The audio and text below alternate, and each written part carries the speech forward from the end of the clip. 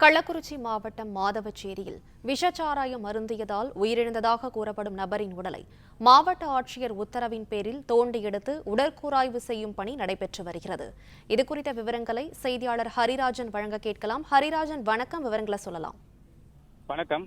கள்ளக்குறிச்சி மாவட்டம் சின்னசேலம் அருகே உள்ள மாதவச்சேரி கிராமத்தைச் சேர்ந்த ஜெயமுருகன் என்பவர் கடந்த 18ஆம் தேதி காலை அதே கிராமத்தைச் சேர்ந்த ராமர் என்பவர் விற்பனை செய்த சாராயத்தை வாங்கி கொடுத்ததில் உடல் நலக்குறைவு ஏற்பட்டு பின்னர் அவர் ஆட்டோவில் அவரது மனைவி மற்றும் உறவினர்கள் மருத்துவமனைக்கு ஜெயமுருகனை அழைத்துச் சென்ற நிலையில் செல்லும் வழியிலேயே ஜெயமுருகன் உயிரிழந்த நிலையில் அவரது உடலை அவரது உறவினர்கள் மீண்டும் வீட்டுக்கு எடுத்து வந்து மறுநாள் அவரது முறைப்படி புதைத்து அடக்கம் செய்தார்கள். இந்த நிலையில்தான் கள்ளக்குறிச்சி கருணாபுரம் பகுதியில் விஷ சாராயம் குடித்து பலர் உயிரிழந்த செய்தி அன்று காட்டுத்தீ போல் பரவியது. இதைத் தொடர்ந்து கள்ளக்குறிச்சி மாவட்ட போலீசார் கள்ளச்சாராய வியாபாரிகளை அடுத்தடுத்து கைது செய்த இருந்தனர்.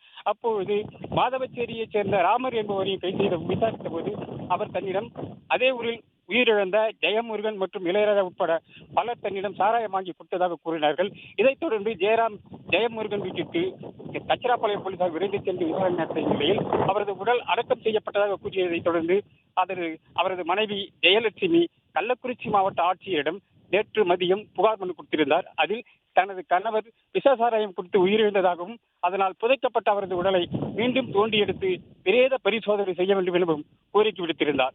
அதன் பேரில் விசாரணை நடத்திய அதிகாரிகள் இன்று மதியம் தற்போது புதைக்கப்பட்ட ஜெயமுருகனின் உடலை வருவாய் வட்டாட்சியர் கமலக்கண்ணன், காவல் ஆய்வாளர் நந்தகுமார் ஆகியோர் முன்னிலையில் தற்பொழுது தோண்டி எடுத்து விழுப்புரம் முண்டியம்பக்கம் அரசு மருத்துவக் கல்லூரி மருத்துவக் குழுவினர் மூலம் பிரேத பரிசோதனை தொடங்கி இருக்கிறார்கள்.